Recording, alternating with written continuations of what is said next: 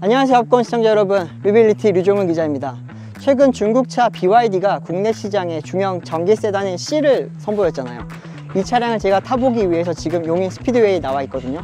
이 차량이 실제로 알려진 것처럼 성능이 좋은지 혹은 또 다른 단점이 있는지 제가 한번 낱낱이 살펴보도록 하겠습니다.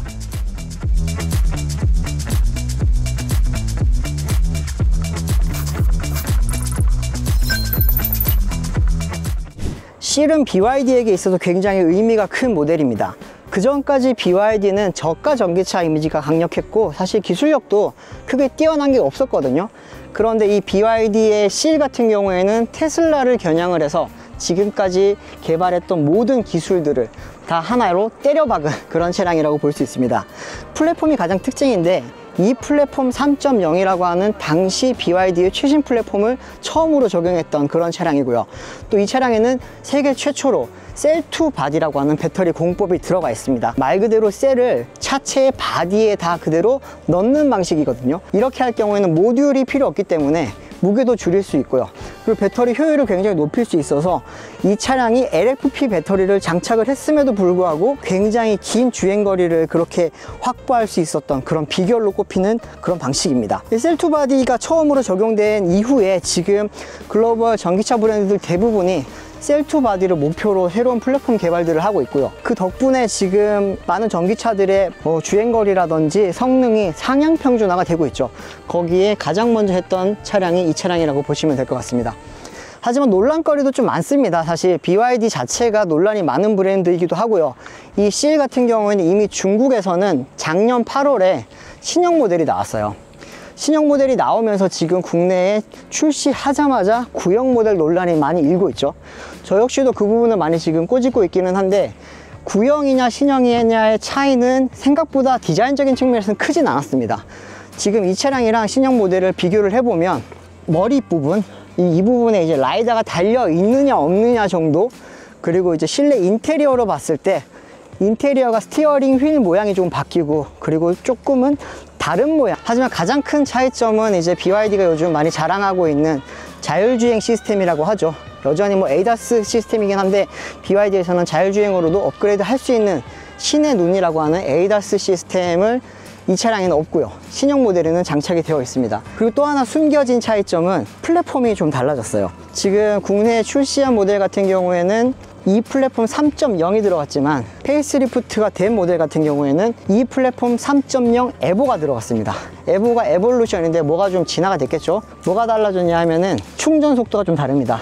충전 시스템이 국내에 출시된 차량 같은 경우에는 400V 시스템이 들어갔고요. 페이스리프트가 된 모델은 800V 시스템이 들어갔습니다. 그러면서 충전 속도가 좀 더 많이 빨라졌죠. 이제 전기차 타시는 분들은 아시겠지만 충전 속도가 전기차 운행에 있어서 굉장히 큰 비중을 차지하기 때문에 그 부분은 굉장히 좀 많이 아쉽다, 혹은 그러면 안 된다라고 하는 지금 많이 꼬집는 그런 이야기들이 많이 나오는 이유도 플랫폼이 변하면서 이렇게 충전 속도가 달라졌는데 국내 시장에는 왜 구형을 가져오느냐, 재고떨이 아니냐, 약간 뭐 이런 지금 논란도 있는 상황인데 BYD 측에서는 그렇지 않다라고 지금 계속해서 해명을 하고 있기는 합니다. 크게 달라진 점이 많이 없고, 또 해외 시장 어느 곳에도 지금 페이스리프트가 된 모델이 나가지 않고 그 모델은 지금 중국 전략형 모델에 가깝다라고 하는 이야기를 하죠. 사실 그 말에도 일리가 있기는 있습니다. 왜냐하면 가장 큰 차이점이라고 할 수 있는 신의 눈이라고 하는 ADAS 시스템은 지금 중국에서만 사용할 수 있거든요. 그러다 보니까 그런 차이점 때문에 지금 해외 진출이 조금은 쉽지 않다. 그래서 이 차량도 결국에는 뭐 크게 다르지 않다, 해외 어떤 나라에서 파는 C과 다르지 않다라는 게 지금 BYD의 설명입니다. 오씨, 운전석 앉아서 지금 제일 놀란 거 헤드업 디스플레이가 너무 명확해. 자, 전방에 초점이 너무 명확해.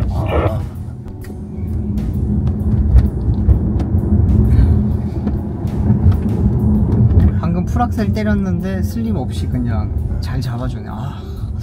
좋으면 안 되는데. 이렇게 좋으면 안 되는데 큰일 났네 이거. 또 친중 매국 이야기 또 나오겠네. 브레이크 안 밟고 넘어가 볼게요. 이거 봐. 너 이거 살짝 그래서 그다음 멈추잖아. 이게 지금 쿠당탕을 안 하네. 쿠당에서 끝나는 게 너무 충격적인데요 사실. 한 번 더 그냥 브레이크 안 밟고 넘어가 볼게요. 한 40km, 50km. 이게 이러면 보통 앞에 범퍼가 쓱 다. 그렇겠죠. 스치고 한번 가고 와당 땅땅 하고 이럴 텐데 50으로 넘었는데도 이 정도면 빨리 하시네.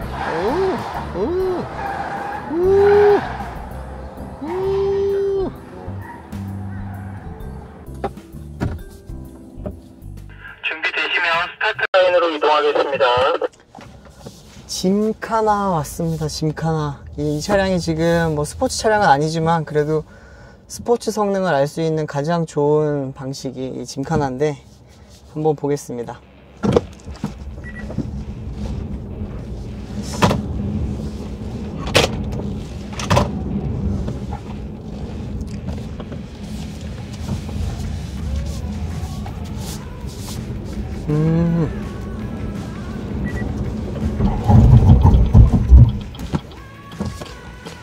다시 스타트 라인으로 이동하실게요.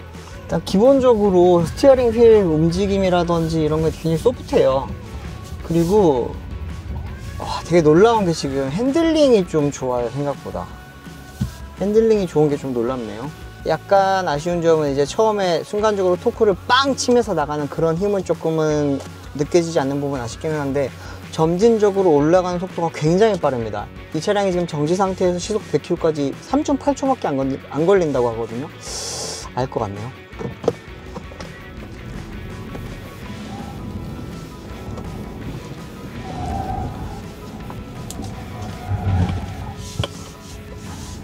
오.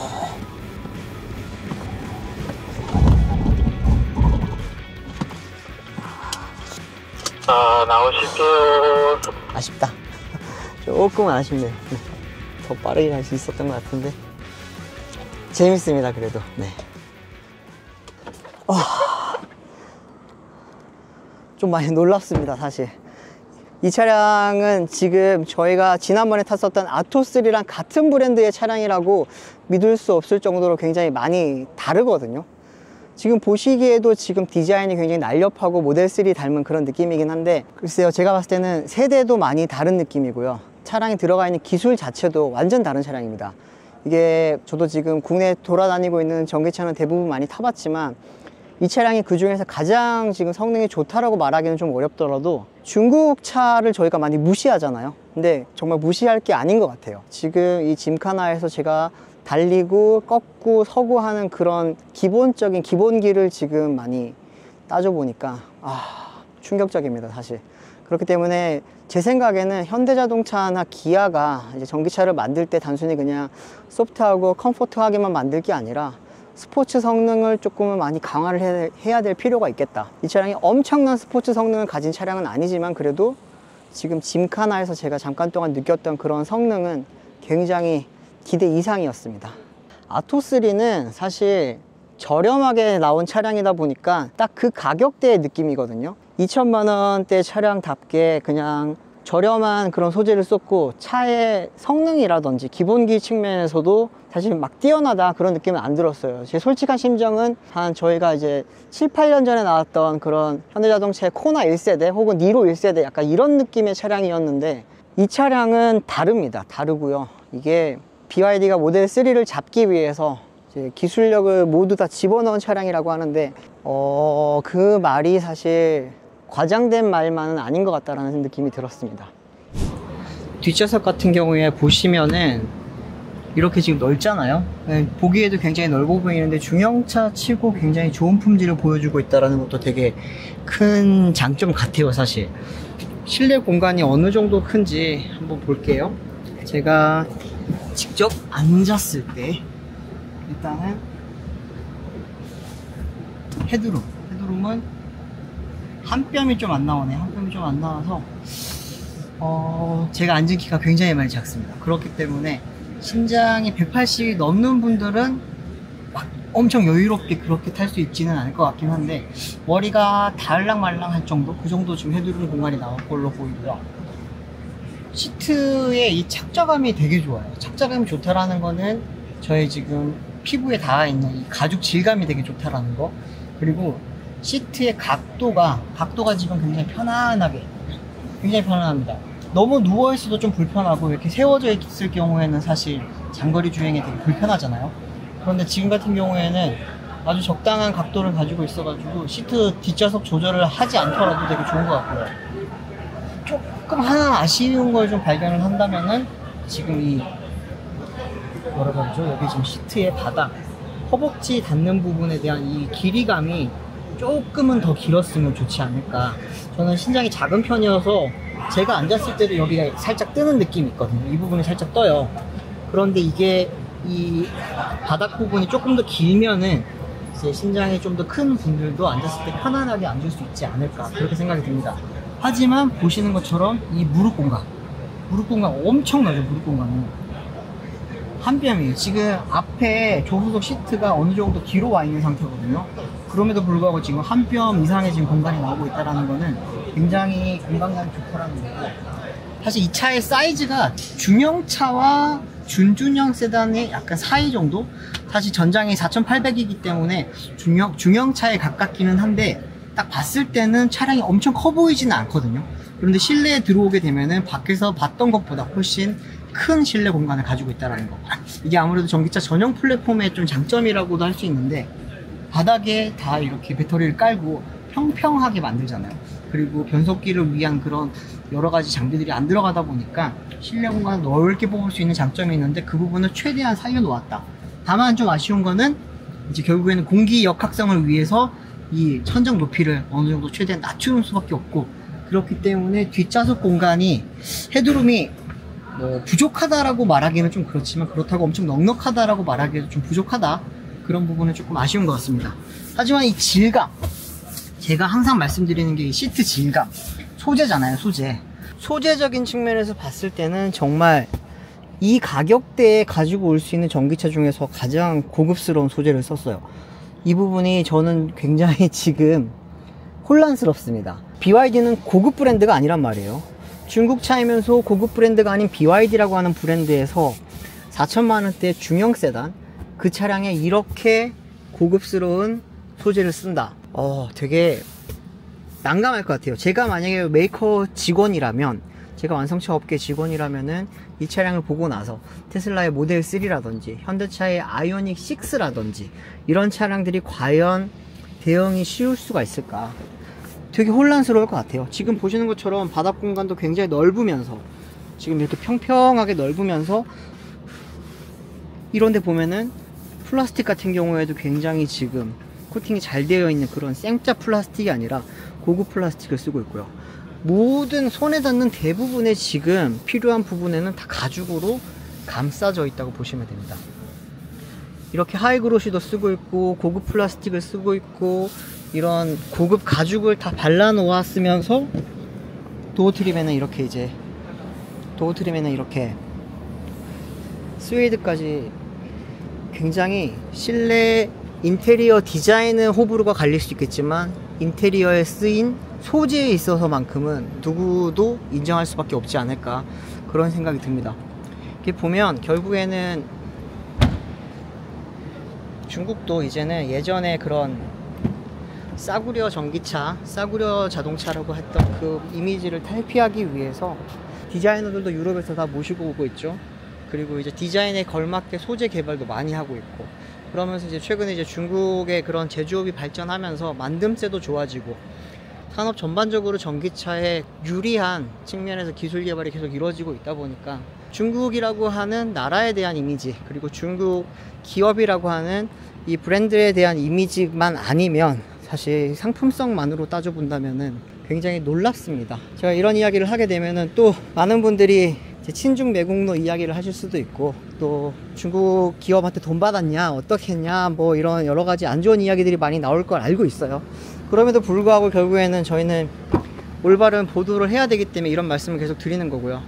중국 업체를 옹호하는 게 아닙니다. 중국 업체를 옹호하는 게 아니고 국내 기업들이 이제는 좀 긴장을 많이 해야 된다, 이런 말씀을 드리는 겁니다. 차량의 트렁크 같은 경우에는 지금 보시면은 테일 부분이 짧아요. 그렇기 때문에 트렁크 공간은 많이 크지 않을 걸로 예상이 되는데, 실제로도 지금 트렁크 공간은 조금은 작네요. 이 부분은 아마 현대자동차나 그런 모델 3나 이런 부분에 이런 차량들이 조금 더 나은 것 같고, 근데 이제 BYD도 이 공간이 작다라는 걸 알고 있는 것 같아요. 그러다 보니 공간을 잘 활용할 수 있게 이런 또 숨겨진 공간들을 많이 만들어 놓았어요. 이렇게 공간 활용을 해서 최대한 좁은 공간을 많은 짐을 실을 수 있게 이렇게 지금 좀 여러 기술들을 보여주고 있는 것 같고요. 그래도 이 차량에는 프렁크가 있습니다. 이게 듀얼 모터 차량, 쉽게 말씀드리면은 앞뒤에 다 모터가 있는 차량인데 그럼에도 불구하고 앞에 이렇게 프렁크가 있는 거죠. 자, 보시는 것처럼 이 BYD 로고가 써 있는 이 커버를 올리게 되면은 엄청 크진 않아요. 이렇게 책가방 하나 정도 들어갈 수 있을 만한 그런 사이즈의 이런 프렁크가 있고, 여기에는 뭐 가방이나 쇼핑백 이런 걸 충분히 넣을 수 있을 것 같은데 엄청 크진 않습니다. 이게 듀얼 모터이다 보니 여기에 사실 프렁크를 만드는 것 자체가 힘들거든요. 이렇게 만들어 놨다는 것도 좀 대단한 기술력이긴 한데, 욕심 같아서는 조금만 더 크게 만들었으면 좋지 않았을까라고 하는 그런 아쉬움도 조금 있긴 합니다. 그래도 되게 대단하네요. 이렇게 커버를 만들어 놓은 것도 그렇고, 프렁크를 만들어 놓은 공간 활용도라든지 이런 걸 봤을 때 전기차 전용 플랫폼을 10분 활용을 하려고 하는 그런 BYD의 노력들이 너무 지금 드러나고 있어서, 제가 사실 오늘 이 차량들을 계속 타고 보면서 느껴지는 가장 큰 감정은 무섭다는 겁니다.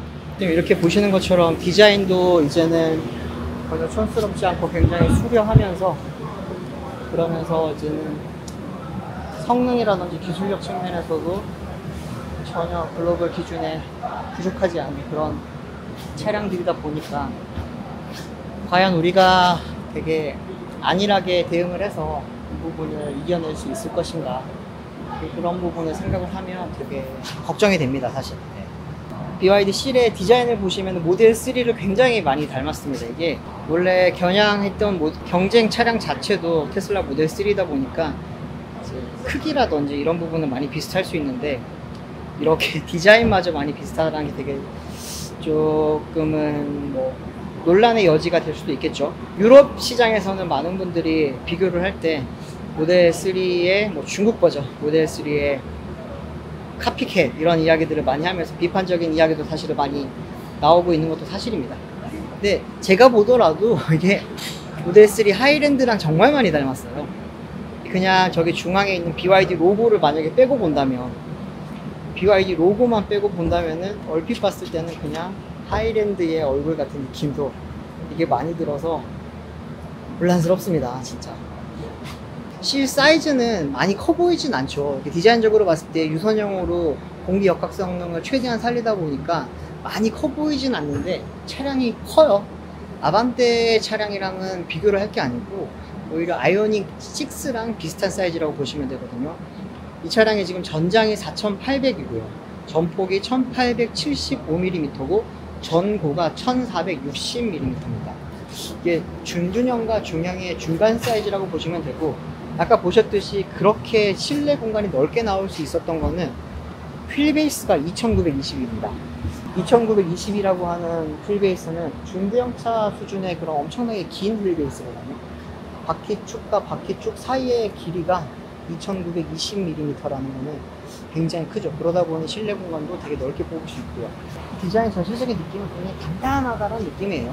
이게 모델 3를 보면서 되게 예쁘다, 단단하다, 잘 달리게 생겼다 이런 느낌이 들잖아요. 이 차량 역시도 그런 부분에 있어서 거의 비슷한 느낌을 줍니다. 이렇게 디자인을 이야기를 하면 아이오닉 6 이야기를 안 할 수가 없는데, 아이오닉 6는 디자인 때문에 사실 많이 인기를 못 얻고 있는 차량 중에 하나죠. 그러다 보니 이 차량이 만약 BYD라고 하는 그런 배지만 아니었으면 과연 지금 같은 걸 호평만 받았을까라고 하는 그런 생각도 많이 들어요, 사실. BYD가 한국 시장을 공략하기 위해서 가져온 실, 오늘 하루 동안 제가 살펴본 결과 굉장히 놀랍고 좀 무섭다라는 그런 생각이 들었습니다. 차량 자체의 성능으로 봤을 때 우리가 이제 더 이상 중국 차라고 무시할 게 아니구나라는 걸 알 수가 있었고요. 굉장히 무서웠던 거는 이게 중국의 그런 산업의 발전과 그리고 이제 BYD라고 하는 기업의 발전이 동시에 이루어지다 보니까 이제 더 이상 중국 자동차의 기술력을 이제는 우리가 무시를 하면 안 되겠다. 그리고 좀 더 적극적으로 대응을 해야겠다라고 하는 그런 생각이 들었습니다. 가격은 4,695만 원에 지금 책정이 되어 있고요. 아직까지 정부 보조금이 확실하게 확정되지는 않았지만 BYD 측에서는 정부 보조금과 지방 보조금을 다 합쳐서 200만 원 가량 받을 걸로 지금 예상을 하고 있습니다. 그렇게 되면 4,500만 원 미만의 가격으로 구입을 할 수 있게 되고요. 그렇다면 우리의 지금 경쟁 모델로 보고 있는 모델 3 5,199만 원, 이 차량보다도 훨씬 저렴해지게 되고, 한국 차량 중에서 경쟁 모델로 꼽히는 아이오닉 6, 아이오닉 6가 지금 4,695만 원입니다. 여기서 물론 아이오닉 6는 보조금을 좀 더 많이 받겠죠.